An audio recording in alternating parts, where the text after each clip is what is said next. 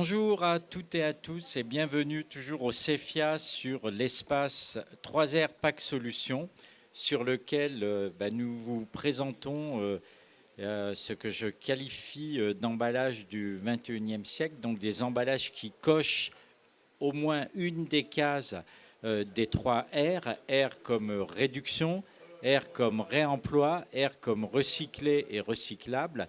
Et là, je vais accueillir Pierre-Yves Rougeau de la société Elmapac qui se lève et qui vient nous voir et qui va nous présenter, donc, nous allons discuter de tubes avec des étiquettes IML full PE, donc monomatière, allégée et recyclable.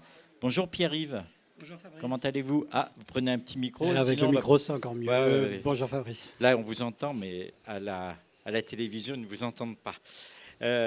Alors, c'est quoi déjà ces tubes? Ces tubes, on va essayer d'expliquer ce que est l'IML et ces tubes en monomatière polyéthylène. Voilà, alors donc je vais vous présenter ce tube IML, monomatière polyéthylène, allégé. Alors déjà peut-être un mot, Elmapac est un prestataire de services, intégrateur, pour le compte sur ce projet de Stratus Packaging, qui est un imprimeur d'étiquettes bien connu, notamment d'étiquettes... Qui viendra demain nous faire une présentation Stratus Packaging sur ces solutions. Donc demain, ils seront aussi en pitch puisqu'ils ont été sélectionnés pour d'autres solutions. Voilà, formidable. Donc, vous aurez d'autres informations sur Stratus Packaging demain. Donc, c'est un imprimeur d'étiquettes de produits de grande consommation et d'étiquettes IML.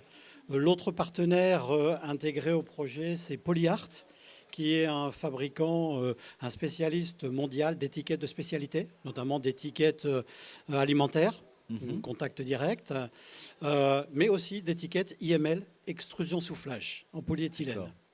Et le troisième partenaire, c'est le fabricant de l'emballage qui est Plastique Verchères dans l'Ain, qui est un spécialiste de l'emballage tout type de flaconnage en extrusion soufflage et en injection, et qui fabrique notamment des gobelets réutilisables, donc en RPET. Voilà. Donc en fait, on a 3 partenaires. D'accord. Tournés avec une orientation impact environnemental forte. Alors, pour revenir au tube. Oui, parce que c'est ça qu'on parle, cette solution. Bon, moi, je connaissais ces tubes en carton. Oui. Enfin, majoritairement en carton avec avec du plastique, du plastique calandré dessus. Mais là, on est en full PE. Alors effectivement, alors le concept, c'est un flacon, un emballage souple, un tube souple squeeze, et qui est utilisé pour des glaces qui ont cette particularité d'être des glaces alcoolisées, qui sont transportées en état liquide et qui sont congelées chez le consommateur ou sur le lieu de consommation. Donc on a une contrainte en fait, c'est qu'on a besoin d'avoir un emballage avec un effet barrière pour éviter que l'alcool s'évapore, sinon la glace alcoolisée n'aura plus d'intérêt. Et on a aussi une autre contrainte, c'est qu'on transporte le produit en l'état liquide. Donc effectivement, aujourd'hui, on trouve des glaces squeeze sur le marché dans des emballages carton operculés, mais dont les propriétés barrières ne sont pas suffisantes pour une glace alcoolisée. Et d'ailleurs, ça pourrait fonctionner pour aussi d'autres types de glace, mais qu'on congèle à la maison. C'est-à-dire, c'est la formule, on va dire, c'est de la glace. Enfin, c'est la recette. Simplement, elle n'est pas passée au congélateur, donc elle est conservée en ambiant et circule en ambiant, etc. Oui, donc il y a une innovation au niveau de la recette de la glace, effectivement, pour qu'elle puisse être transportée en l'état liquide sans passer dans la chaîne de froid. C'est important parce que je disais dans une interview tout à l'heure, on parlait de l'emballage, je disais finalement que l'industrie agroalimentaire, elle était... interdépendance de l'emballage, comme je dis souvent, pas d'emballage, pas de chocolat, et qu'on ne fait pas des emballages comme ça pour le plaisir, on fait des emballages pour mettre le produit. Et des fois, on fait aussi en modifiant les formules. C'est la formule, enfin, c'est le produit qui définit l'emballage. Et c'est pas moi qui me lève spécialiste de l'emballage le matin et qui dit à quelqu'un, tiens, puisque tu aimes le papier ou puisque tu aimes le plastique ou le métal, tu vas avoir ce type d'emballage. C'est vraiment la formule qui fait de bien le dire et le redire.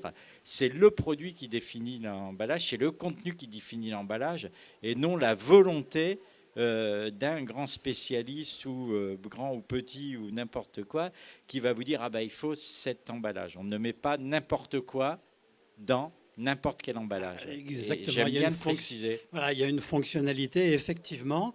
Alors, quelle est l'innovation, en fait? Alors, à l'origine, le produit a été créé dans un tube blanc avec une étiquette auto-adhésive BOPP.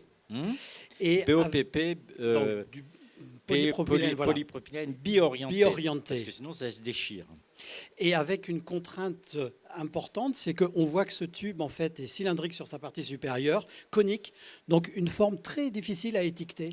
Et pour permettre d'étiqueter le tube, on avait besoin d'une étiquette. Ouais, on avait besoin d'une étiquette qui était difficile à poser. Donc, parce que vous êtes une étiqueteuse, pour dire, ne peut étiqueter que sur une zone tangentielle. Donc, à partir du moment où vous changez la forme, qui a deux rayons, ben on ne peut plus étiqueter, quasiment. Alors, des très faibles cadences, oui. Et puis aussi un gros inconvénient, c'est que c'était une étiquette polypropylène pour un emballage polyéthylène. Donc, l'emballage polyéthylène ne pouvait pas être identifié dans les systèmes de tri optique des recycleurs. Enfin, c'est le problème en général avec les emballages des bouteilles polypropylène. Vous avez décidé d'aller vers un monomatériau, 12 mono-PE. Donc en fait, il y a eu plusieurs alternatives qui ont été envisagées, notamment celle du carton operculé. Mais avec cet inconvénient, c'est que ce carton operculé ne peut pas être recyclé dans des flux de recyclage identifiés. Et il est identifié aujourd'hui pour être mis dans la poubelle et donc terminé en dioxyde de carbone ou en déchet ultime. Donc l'option qui a été choisie, c'est celle de l'IML, monomatériau. Alors parlons de l'IML parce que les gens ne savent pas forcément ce qu'est l'IML. Donc voilà l'étiquette, c'est ça. Voilà. Une IML, ça veut dire In Mulling Labeling, c'est-à-dire que cette étiquette étant PE, elle est mise dans le moule. Exactement. J'essaie de faire simple. Oui. Et elle se colle automatiquement sur le plastique au moment où vous moulez la forme. J'essaie de le dire de façon simple, et ce qui fait que votre étiquette en PE, sur votre corps en PE, fait que vous êtes monomatériau. Exactement. Donc voilà. En fait, cette technologie d'IML qu'on retrouve sur les barquettes de margarine ou certaines terrines, certains pâtés, est bien connue en Europe dans l'IML en technologie d'injection, donc pour ce type de corps creux. Pour les bouteilles, c'est une technologie, les bouteilles PE, c'est une technologie qui est beaucoup développée en Amérique du Nord et certains pays asiatiques, assez peu sur les marchés européens. C'est une technologie particulièrement élégante parce qu'en fait, on utilise la chaleur du matériau plastique au moment de l'injection ou de la fabrication de la bouteille pour réactiver une partie de l'étiquette. Et cette étiquette vient comme ça, c'est l'équivalent d'une étiquette sèche. Il n'y a pas de backing siliconé qui vont finir en déchets ultimes. Il y a pas donc il y a des avantages énormes en fait en termes d'impact environnemental. C'est une technologie qui a aussi un autre avantage qui est très connu en IML injection pour la technologie qu'on appelle paroi fine. La technologie en elle-même, on utilise un film expansé.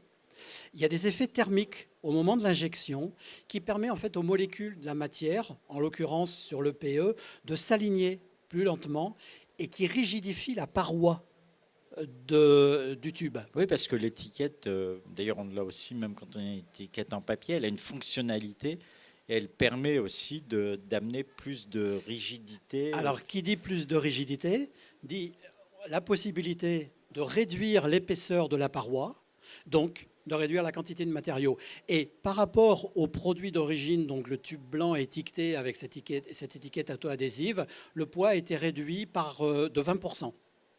Donc en fait, il y a eu un double avantage, c'était d'avoir un produit qui puisse être recyclé facilement dans les flux HDPE et d'avoir un produit allégé. Donc on est monomatériaux, donc c'est ce qui fait. Donc on va toucher, on a dit un petit peu la case réduction, mais la case recyclable, oui. Et puis je trouve que ça amène un toucher qui est assez agréable. Qu'est-ce qui fait ce toucher un petit peu, il y a un vernis, il y a quelque chose, c'est la texture, parce que c'est un peu anti-glisse, quoi. Enfin, je sais Oui, pas, il y a un côté agréable et un côté soft touch, comme diraient les gens du marketing, sur ce... Alors, je vais peut-être vous dévoiler un petit secret. Allez, donnez-moi le secret. Voilà. Alors, il y a un petit effet qui est assez connu sur l'IML, qu'on appelle effet peau d'orange, et qui est dû au caractère expansé du film utilisé pour l'étiquette. Donc, le film, c'est un film technique, très spécifique à l'IML. Et là, les partenaires, en l'occurrence Polyart, a un savoir-faire de plusieurs dizaines d'années sur cette technologie. Et en fait, c'est ce côté peau d'orange qui permet, lié au vernis utilisé, d'avoir cet effet particulièrement saillant quand on le touche. Donc, Merci. il y a une dimension tactile particulièrement intéressante. Eh bien, Pierre-Yves, on va terminer sur ce PE effet peau d'orange et je vous remercie pour votre participation et bravo pour cet emballage qui est vraiment très sympathique. Merci et à tout à l'heure pour une nouvelle présentation. Bonjour à vous toutes et vous tous. Bienvenue sur l'espace 3R Pack Solutions. Et nous allons attaquer tout de suite sur une nouvelle solution qui coche une case de ces 3 R. Je répète, 3 R pour réduction, 3 R pour réemploi et pour recycler recyclable. Là, nous allons parler de recycler recyclable. Et j'appelle Nicolas Quillet de la société Fraersch pour nous parler de ces barquettes. Bonjour Nicolas. Bonjour. Alors on va parler de ces barquettes qui ont une couleur étrange. Quand je les ai reçues, je me suis dit, est-ce pour l'armée d'avoir... Non. Pourquoi pas? Pourquoi pas d'ailleurs? Non. Beaucoup plus sérieusement, effectivement, ce sont des barquettes en PET recyclées et en RPET recyclé de différentes origines. Alors là, vous allez nous expliquer ces différentes origines et le pourquoi du look de ces barquettes. Très bien. Alors peut-être on va faire une petite introduction de qui est Furk. On dit Furk. À la danoise, c'est un groupe danois, fabricant d'emballages plastiques thermoformés. On travaille majoritairement 2 types de polymères, donc le polyester et le PP. Là, on va parler principalement du PET, qui est plus cher au cœur de Furk, puisque Furk, en plus d'être fabricant d'emballage, est aussi un recycleur. Oui. On a aux Pays-Bas une usine de recyclage de PET qui est en activité depuis plusieurs dizaines d'années et qui, il y a à peu près 3 ans, a diversifié son offre en convertissant une de ses lignes de recyclage du PET. Il faut savoir qu'avant, quand on parlait recyclage de PET, on parlait que d'un seul type d'emballage. Vous faisiez du recyclage de votre production ou du recyclage post-consommation? C'était du recyclage post-consommation. D'accord. Post-consommation de bouteilles. Okay. Le recyclage du PET, c'était, et ça l'est toujours encore, majoritairement du recyclage de la bouteille mais PET. Post-consommation. Post-consommation. Et puis, il y a à peu près 3 ans, le groupe Furk a décidé de convertir une de ses lignes pour ne plus recycler de la bouteille post-consommation, mais de la barquette post-consommation. Oui. L'idée étant que, effectivement, ces barquettes qui étaient avant produites en PET mono n'étaient pas recyclées, alors qu'elles sont fabriquées dans les mêmes matériaux que les bouteilles et sont tout à fait aussi recyclables qu'une bouteille. Même grade? Alors c'est un grade un petit peu différent que la bouteille. Un petit peu différent, mais quand on les mélange avec les bouteilles, pas de... Quand on en fabrique des barquettes, ça pose pas de problème. Pour des barquettes, pas de problème. À l'inverse, par contre, fabriquer des bouteilles à base de gras de barquette, c'est plus compliqué. C'est pour ça que je pose la question. Et c'est bienvenu parce que justement, ça m'amène, quel enchaînement, ça m'amène à un enchaînement qui est de dire qu'effectivement, le recyclé post-consommation bouteille, c'est un flux qui est très qualitatif, qui se recycle très facilement. Absolument. Et dont les embouteilleurs, les minéraliers sont très friands pour pouvoir les réintégrer dans leurs bouteilles. Ils en sont d'autant plus friands qu'ils ont des obligations De plus en plus, de réintégration. De réintégration. Donc c'est un flux qui petit à petit se dirige vers le recyclage bouteille à bouteille. Et le groupe Furc a tout de suite senti, il y a déjà maintenant 3 ans, qu'il était important qu'on pousse la création d'une nouvelle filière de recyclage qui serait de recyclage barquette à barquette, en post-consommation encore. Donc ça fait à peu près 3 ans qu'on a cette activité-là. En Europe, dans les autres pays autres que la France, il n'y a pas de différenciation entre du recyclé bouteille, recyclé barquette dans la législation. Ça reste du RPET. En France, on a une particularité, c'est qu'on fait une différenciation via un bonus sur l'incorporation de matières recyclées. Bonus qui est évolutif en fonction des 2 types de recyclés, qui sont le recyclé bouteille post-consommateur, qui est éligible à un certain bonus, et on a un bonus de barquette à barquette pour l'incorporation de recyclé barquette. Donc l'idée, c'était de créer une formulation spécifique dédiée à la France, où on est clairement capable d'identifier la quantité exacte de recyclé barquette qu'on y incorpore et de la garantir. Et on peut d'autant plus la garantir qu'on est nous-mêmes recycleurs, donc c'est la matière qui sort de nos usines des Pays-Bas. Donc on a créé cette formulation qui contient celle-ci 40% de recyclé barquette, et on complète le reste avec encore 50% de recyclé bouteille, et on a encore un petit peu de vierge. Parce que là, j'arrivais pas à 100%. Ah oui, on a 40, 50 et 10. 40 de barquette, 50 de bouteille et 10% de vierge. D'accord. Donc, ça veut dire qu'on a 90% de recyclé. De recyclé. Et alors, qu'est-ce qui donne cette couleur C'est là la particularité du flux barquette, c'est que autant sur le flux bouteille, on est vraiment sur du PET et quasiment uniquement du PET. Une fois qu'on a retiré le bouchon et l'étiquette papier, on est vraiment qu'avec du PET. Parle PET. du PET cristal. Oui, après il y a des variations de teintes qui sont dans les centres de tri souvent orientées de manière un peu différente pour avoir un flux cristal et un flux coloré. Mais ça reste toujours du 100% PET. Oui. Quand on est dans la barquette, on a une variété d'applications qui font que sur certaines applications, on a besoin d'un polyéthylène pour la soudure, on a besoin de VOH pour la barrière. Voilà. Il y a certains marchés qui arrivent à se convertir à des solutions mono-PET, mais d'autres n'y sont pas encore. Et donc dans le flux de barquettes que l'on récupère en post-consommateur, on a encore une présence assez significative de polyéthylène, de VOH ou de couleur ou d'encre d'impression qui font qu'on n'arrive pas encore à avoir un flux aussi transparent que ce qu'on peut avoir sur la bouteille une fois qu'on a écarté les couleurs. D'accord, et c'est ça qui définit la teinte. Qui donne cette teinte. Voilà. Teinte d'ailleurs que je qualifie dans parce que vous étiez déjà présent dans le premier bouquin de la révolution de l'emballage, et j'appelle ça le look recyclé auquel il va falloir s'habituer. On voit aussi des emballages, le gris et le nouveau vert, enfin des emballages gris. Mais comment ça, les consommateurs ou vos clients, il suffit de l'expliquer. Voilà. Il suffit de l'expliquer, c'est très compris. On a eu l'expérience, là c'est une formulation où on identifie clairement le PET, mais vous vous souvenez d'ailleurs, c'est ce qui faisait l'objet de votre article, c'était la gamme Evolve qu'on avait développée il y a quelques années, où on a pour le coup, en plus d'une teinte qui se marque sur la barquette, on a en plus une variation de teinte, variation qui vient de la couleur du recyclé qu'on reçoit. Voilà, effectivement. Et on peut avoir, en fonction du recyclé bouteille qu'on y met... Si mais alors, Evolve, elles étaient plein de couleurs. Ça allait du bleu au gris au vert. Ah oui, là, vous fournissez une couleur... Oui, c'est une... On a défini... Il n'y a pas de variation non, il n'y a pas de variation. Par rapport au premier... Non, on a décidé de partir sur quelque chose de stable en couleur. D'abord, c'était une demande de nos clients qui nous disaient...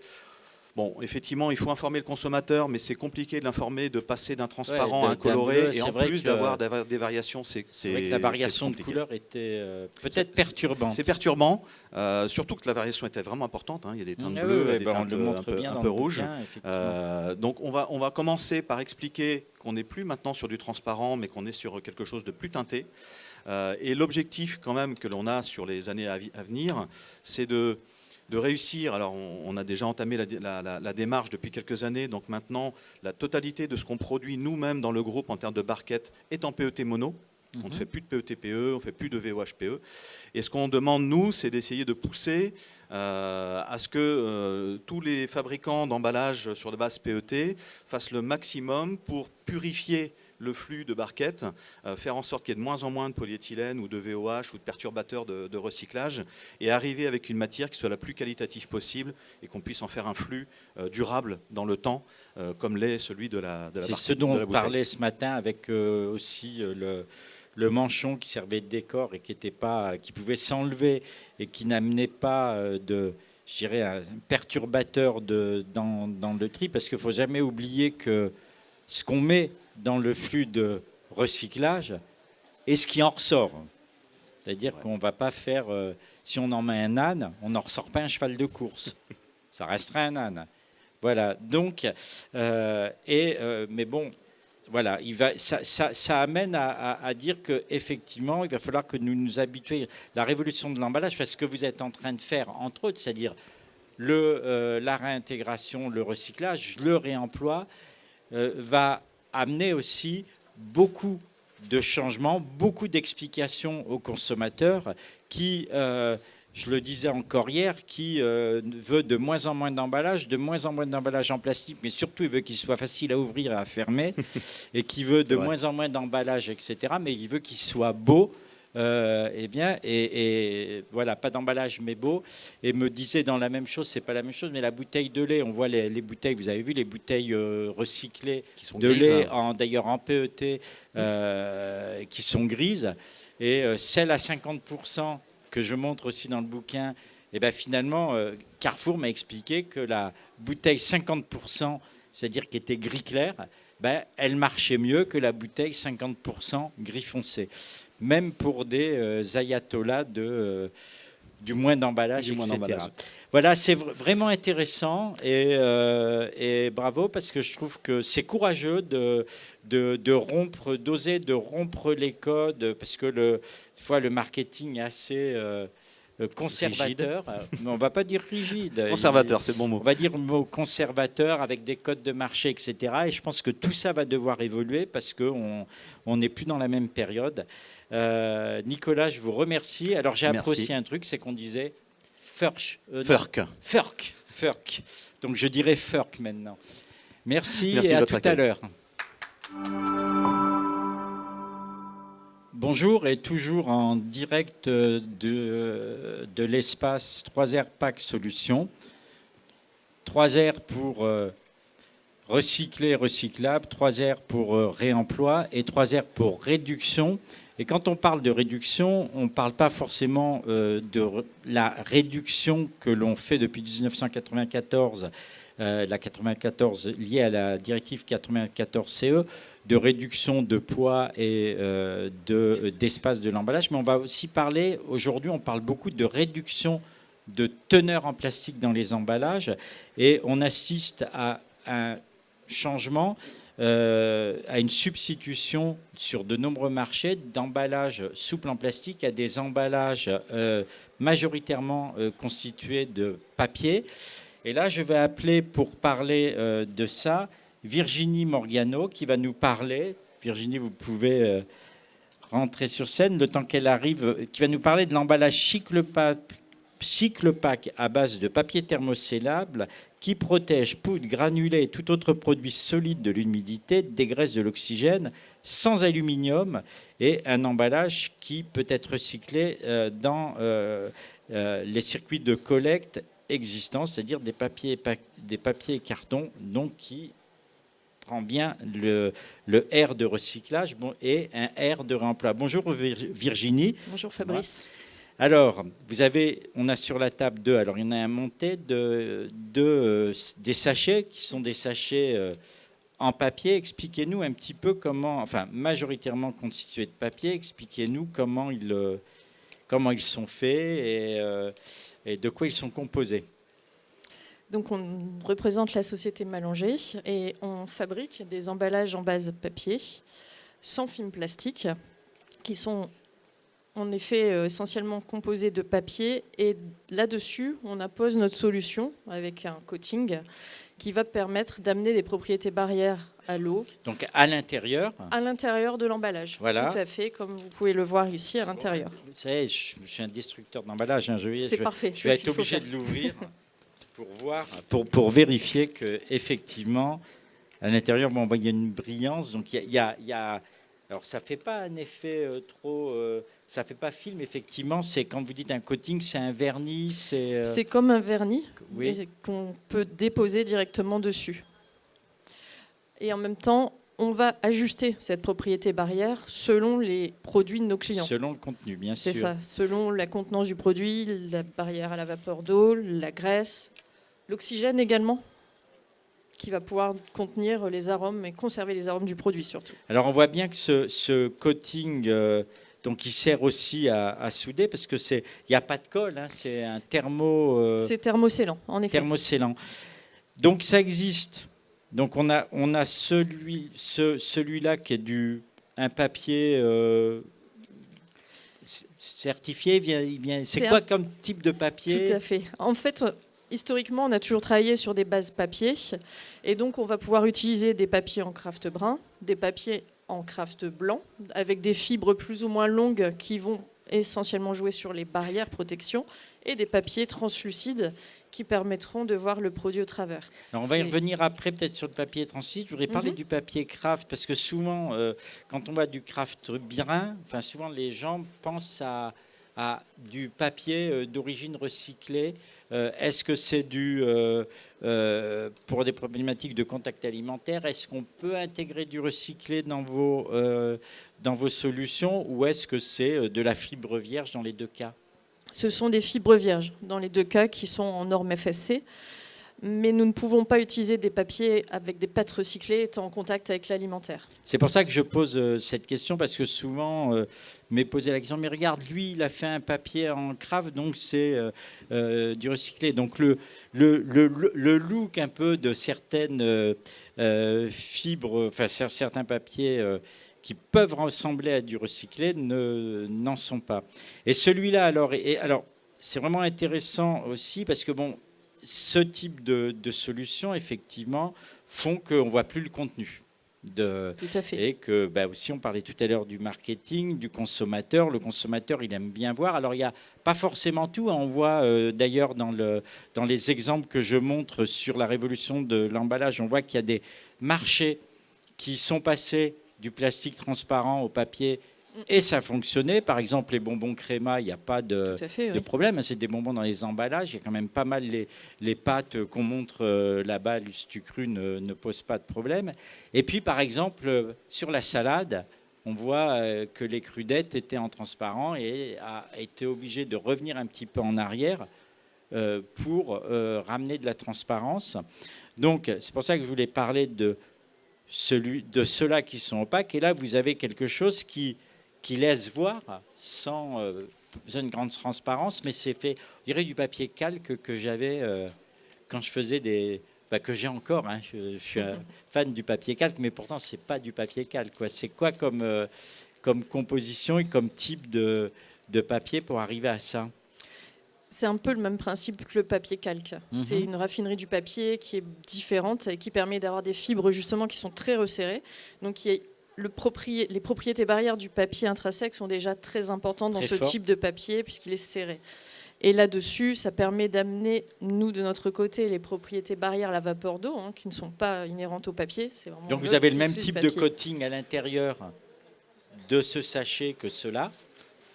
On peut, mais on en a également différents. En fonction de la. Tout à fait.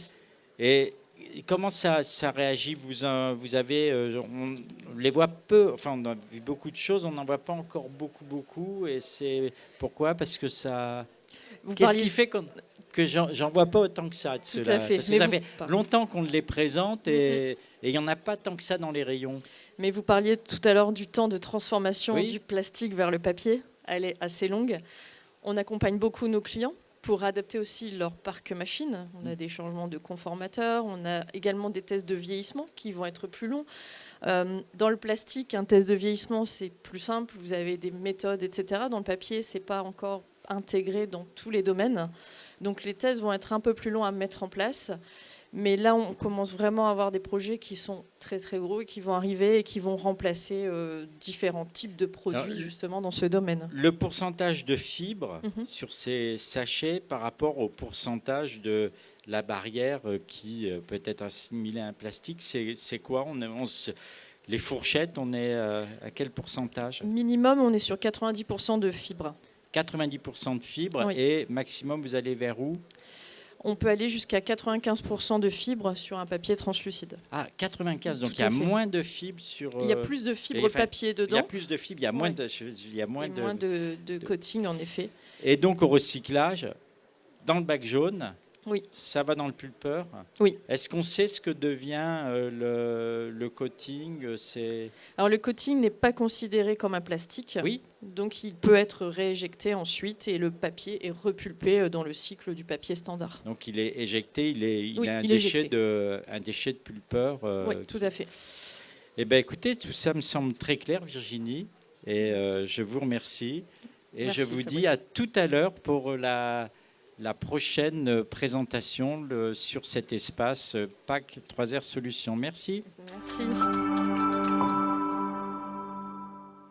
Bonjour à tous et à toutes. Bienvenue sur l'espace 3R PAC Solutions. 3R pour réduction, pour recycler et recyclable, et aussi pour réemploi. Et là, nous allons vous parler de réemploi et notamment de la manière de refermer des emballages réemployables et des emballages assez particuliers, puisqu'il s'agit d'emballages en inox, mais pas que.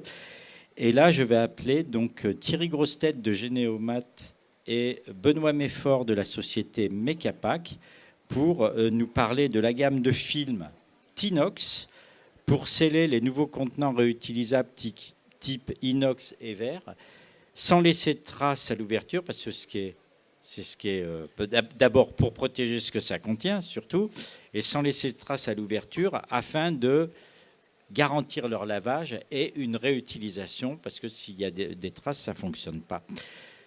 Voilà Thierry. C'est ça. De quoi il s'agit exactement?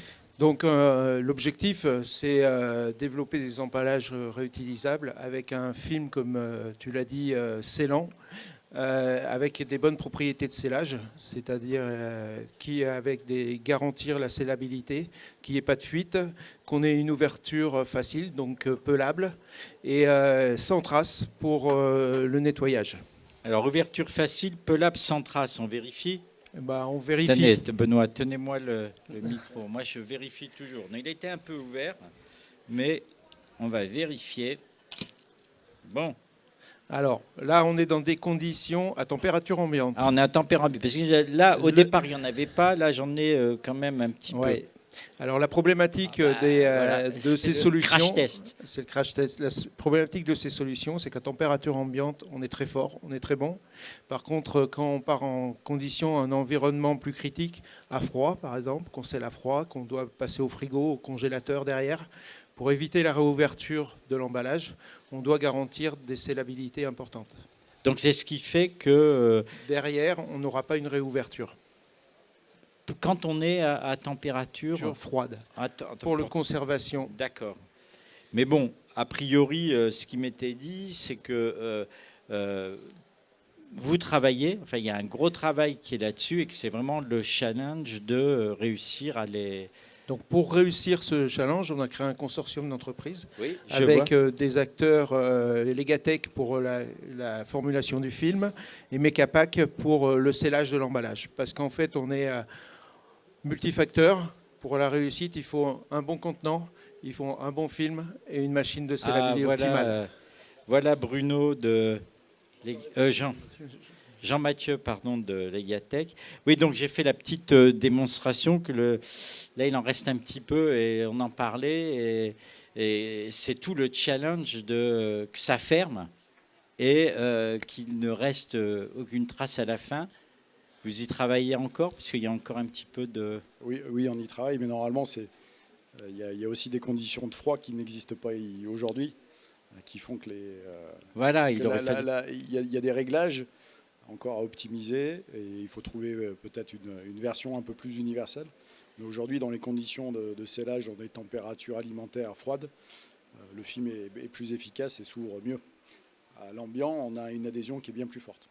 Mais voilà. Ce que je comprends pas, c'est ok, je comprends bien que dans le froid, mais pourquoi ils sont ouverts? Enfin, c'est pas pour manger dans un frigo. Donc si je l'ouvre chez moi, le scellage, lorsqu'on va faire le scellage, on sera dans des conditions différentes. Là, c'est des scellages qui ont été faits. Ah, c'est des scellages qui ont été faits. Voilà, je comprends mieux parce que je vous fais préciser parce que ce que je comprenais, c'est que quand on l'ouvre à froid, chez moi il fait froid, donc à la limite dehors, j'aurais pas de problème. Lors de l'étape de scellage, oui, les conditions de scellage déterminent. Ils n'ont pas été scellés. Voilà, je comprends mieux. Mais de toute façon, c'est l'objectif et c'est sur quoi vous travaillez. Quelle différence fondamentale il y a entre finalement le film? C'est quel matériau le film en lui-même? Quelle différence, bien sûr, il ne va pas livrer ses secrets de famille, mais quelle différence il y a vraiment entre un film d'un emballage à usage unique et ce film? C'est vraiment très, très différent. Oui, parce que alors, là, on scelle sur un contenant qui n'a pas du tout de fusion, le métal, mais ça peut être aussi du verre. Donc c'est la technologie de soudure et le film qui font tout. Et donc là, on est obligé de s'adapter à un support et c'est qu'une adhésion chimique. Des fois, on fusionne, quand on est en polymère, on fusionne deux polymères entre eux et on crée une association. Là, on ne peut pas fusionner le métal, donc on ne peut qu'avoir une adhésion chimique. Et donc, c'est là qu'intervient aussi la machine de Mecapac et parce que tout le problème du remploi, je pose ces questions, parce que tout le problème du remploi, c'est qu'aujourd'hui, on a des solutions. Nos industriels, vos clients, ont des solutions qui fonctionnent bien pour l'usage unique. Exactement. Et ils vont devoir passer quelques dizaines de milliers de barquettes au départ, et puis en espérant que ça grandisse pour les objectifs de remploi et faire du réemploi. Donc c'est la même machine avec des réglages différents ou c'est une autre machine? Une chose est sûre, c'est si vous utilisez ce type de contenant sur des machines, des operculeuses traditionnelles, en imaginant juste changer l'outillage par rapport au format, ça ne marchera pas. Donc ça sera une machine différente ou ça sera une partie de la machine? Il y a deux choses. Il y a la partie du scellage, où il faut qu'on s'adapte aujourd'hui sur des contenants qui sont rigides. C'est-à-dire qu'une tête de scellage rigide sur un contenant à usage unique, le contenant à usage unique va s'adapter à la tête de scellage.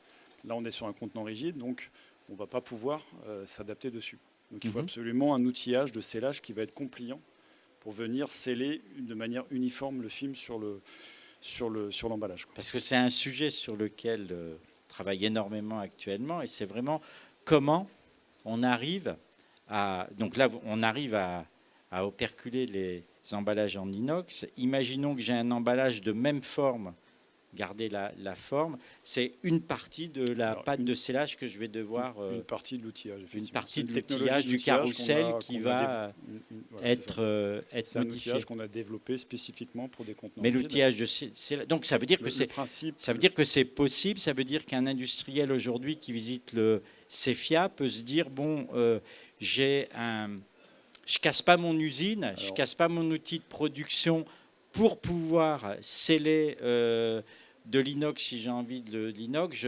Je dois changer des pièces, c'est un arrêt et un petit peu de réglage. C'est pas si simple parce qu'il y a une deuxième contrainte, c'est qu'un contenant rigide, il faut le transiter dans tout le process, dans toute la machine. Et si par exemple on vient coincer un contenant en inox dans le moule, par exemple, qui va venir se fermer, il va y avoir des dégâts, quoi. Quand on est sur de l'usage unique, on va écraser la barquette, on va mettre du produit partout, on va nettoyer, ça va repartir, quoi.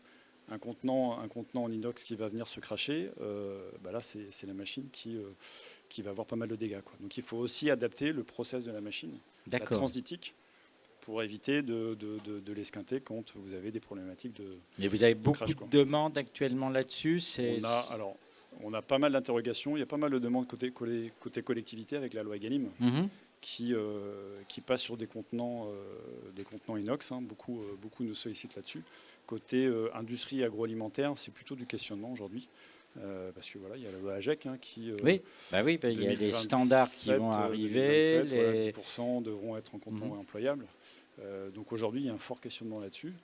Et la première question, c'est est-ce que je peux adapter mon matériel actuel? C'est pour ça que je vous pose cette question, parce que je me pose cette question. Alors ça sera du cas par cas. Des matériels très anciens, ça risque d'être un peu complexe. Du matériel plus récent, on pourra imaginer. Et puis, le cas échéant, du matériel neuf, avec les Capac peut proposer aussi différentes choses autour de ça, quoi. Voilà, ce qui est vraiment à noter, c'est que ça ne pourra se faire que via des collaborations entre le film, la machine, le remplissage. C'est vraiment un groupe de travail. On ne peut plus y aller tout seul. Il faut y aller vraiment à... Aujourd'hui, mes Capac travaillent sur énormément de sujets liés aux 3R, hein, pas que sur le réemploi, hein, sur le recyclage, sur la réduction, sur le carton. Systématiquement, tous ces projets sont des consortiums. Systématiquement, on est obligé d'avoir des partenaires, de consommables, de films, de traçabilité, de manipulation. Ça remet beaucoup de choses en jeu.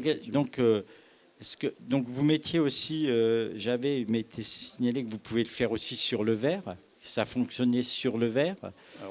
Et c'est pareil, c'est un autre... d'autres systèmes, d'autres machines, parce que le verre, c'est aussi compliqué. Du verre sur des lignes, bien sûr. Quand ça casse, c'est aussi un sacré problème. Il y a la problématique du scellage. Pour résumer, on a mis des décennies à maîtriser le plastique.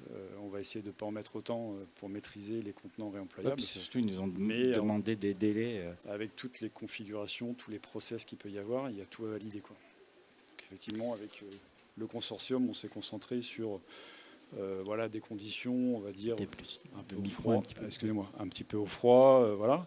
Mais il va y avoir toutes les conditions à revalider là-dessus, quoi. Alors, dans les vitrines là-bas, ce qui m'a été donné, j'ai vu aussi des opercules à base papier. Donc là, je ne les ai pas. ça vous fait sourire.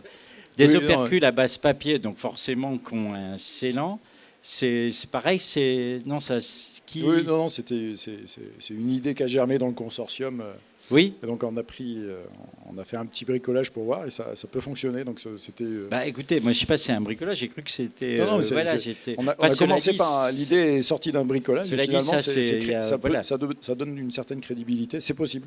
Je dis que les premiers barquettes que j'ai vues, comme ça, les barquettes, elles étaient flopaquées.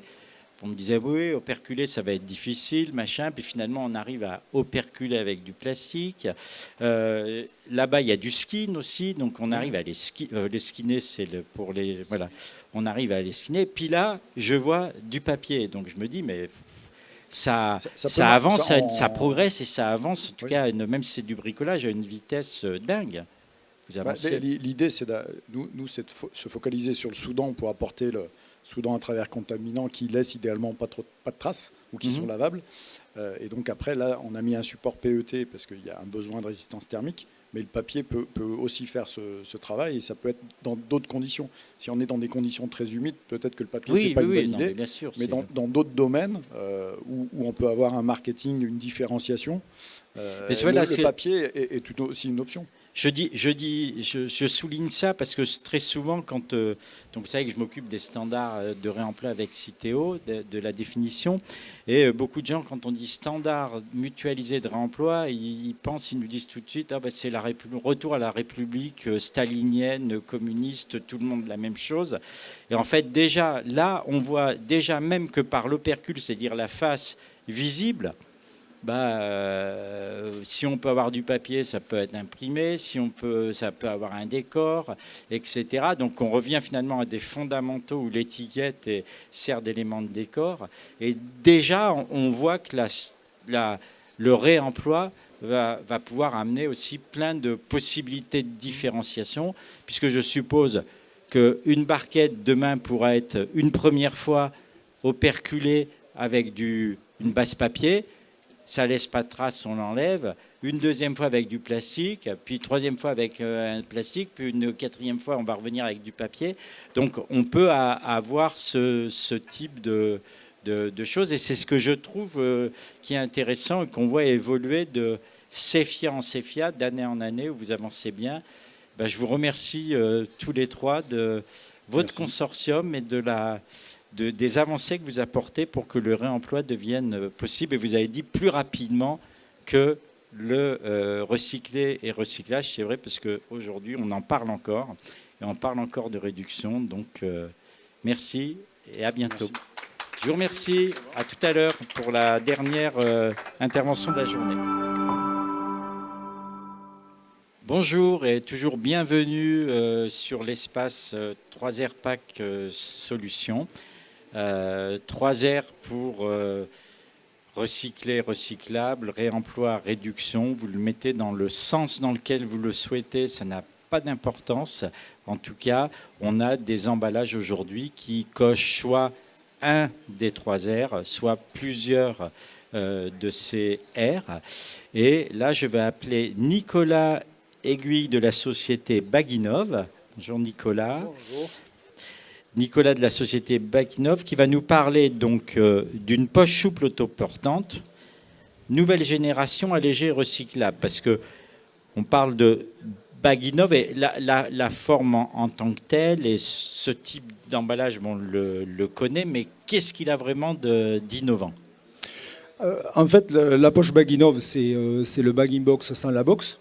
Donc c'est la poche souple autoportante. Donc on avait déjà, à l'époque du Grenelle de l'environnement, réduit la quantité d'emballage et de déchets remis dans la nature en dénuant le bag-in-box de sa caisse carton. Et on a conçu une poche autoportante dotée d'un robinet en partie basse qui fait office d'orifice de vidange pour les liquides. D'accord. Donc ce type d'emballage, donc je vois ici marqué la mention recyclable. Pourquoi? Comment vous avez fait le fait que cette poche apparemment était pas recyclable? Pourquoi et comment elle l'est devenue? Alors en fait, par des contraintes de fabrication, il était nécessaire d'agglomérer 2 types de matériaux, du polyéthylène et du polyester.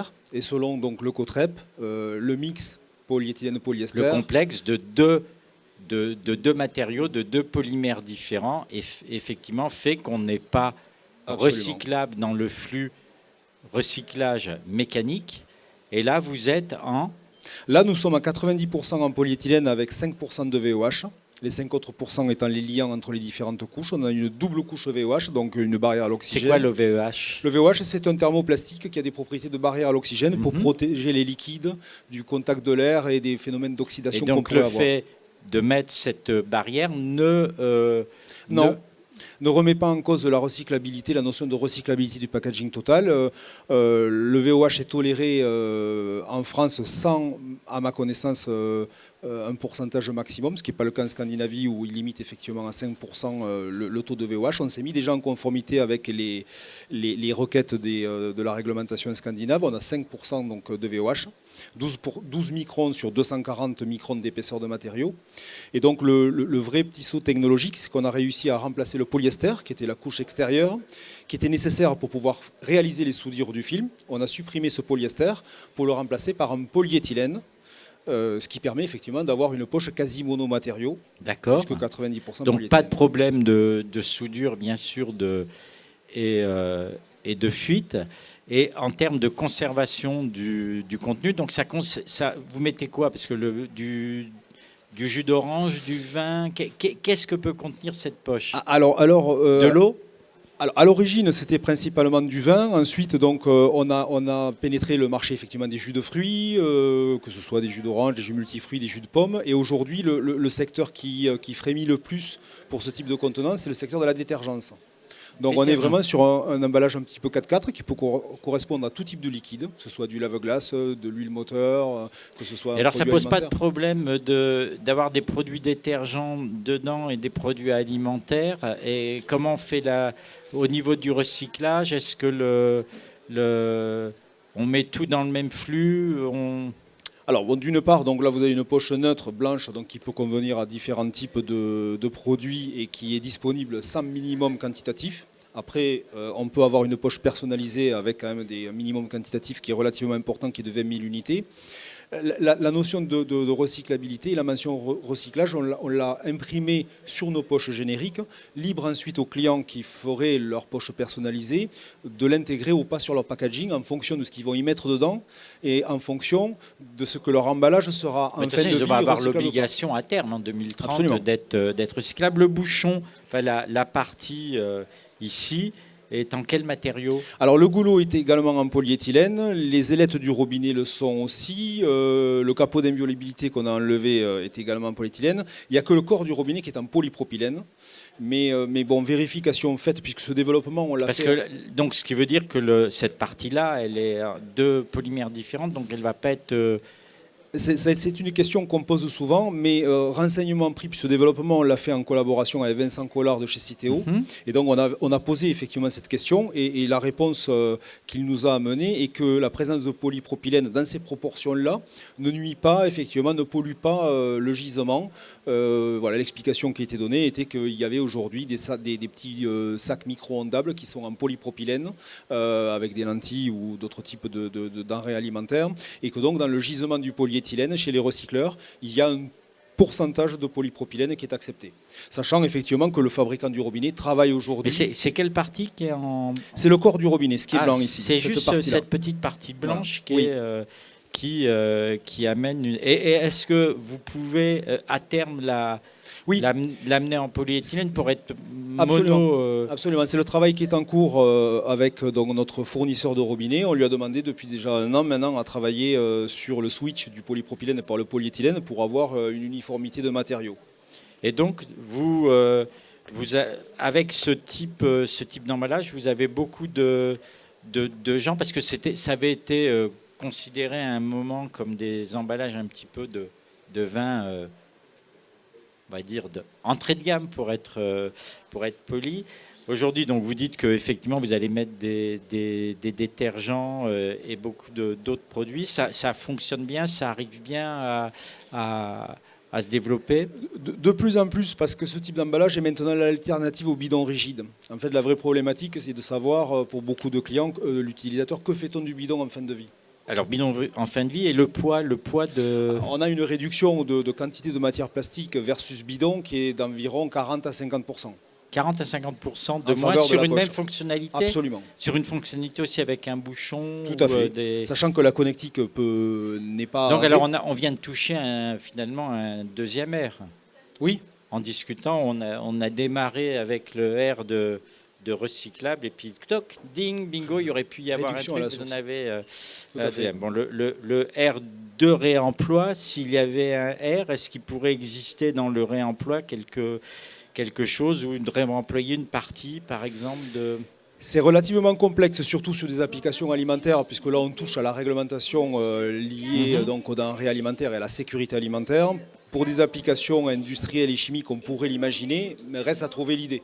Et aujourd'hui, on n'a pas encore... voilà. Mais bon, il y a des idées qui avaient été montrées aussi hier de bouchons qui pouvaient se remettre de tout ou partie de l'emballage et d'envisager peut-être juste une partie, de venir clipper un... Pour répondre à votre question, on avait développé il y a 2 ans une version donc, de push dotée d'un bouchon dans le soufflet du dessus pour envisager le réemploi justement de l'emballage que nous avions présenté au Salon du Vrac.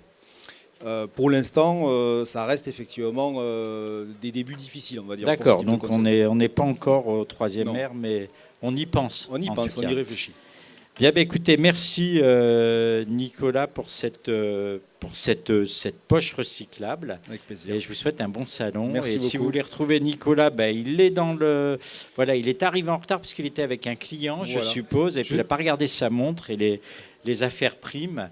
Et on le renvoie à donc sur le stand de Morancé Soudure, qui est notre partenaire, qui fabrique le film pour notre compte. D'accord. Nous sommes dans le hall 10. Merci. Merci. Je laisse vous applaudir. C'était donc la dernière présentation de la journée. Je vous retrouve demain matin à 10h sur cet espace pour encore vous présenter 5 nouveaux emballages innovants. Et demain après-midi, encore 5. Et voilà, nous serons arrivés aux 30 solutions qui avaient été retenues. Je vous remercie. Bonne soirée.